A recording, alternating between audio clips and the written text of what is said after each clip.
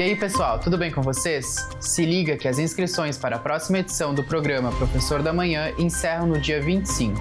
São 35 vagas de licenciaturas disponibilizadas pela Universidade de Caxias do Sul, sendo 14 para Letras Português, 13 para Matemática e 4 para História no campus sede, e 4 para Geografia no campus de Bento Gonçalves.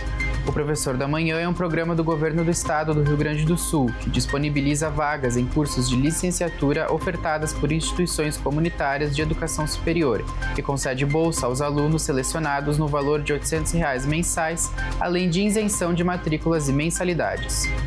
Podem participar candidatos que concluíram o ensino médio e não possuem ensino superior completo, e professores efetivos da rede pública estadual com pelo menos 3 anos de exercício da profissão e sem diploma de graduação.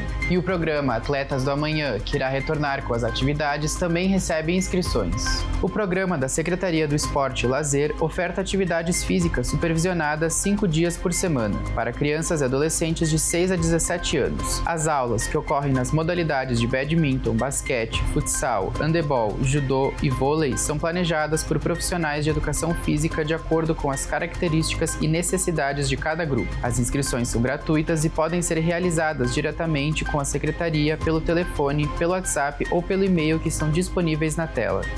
As aulas retornam na segunda-feira do dia 10 de março. Por hoje é só, pessoal. Até a próxima!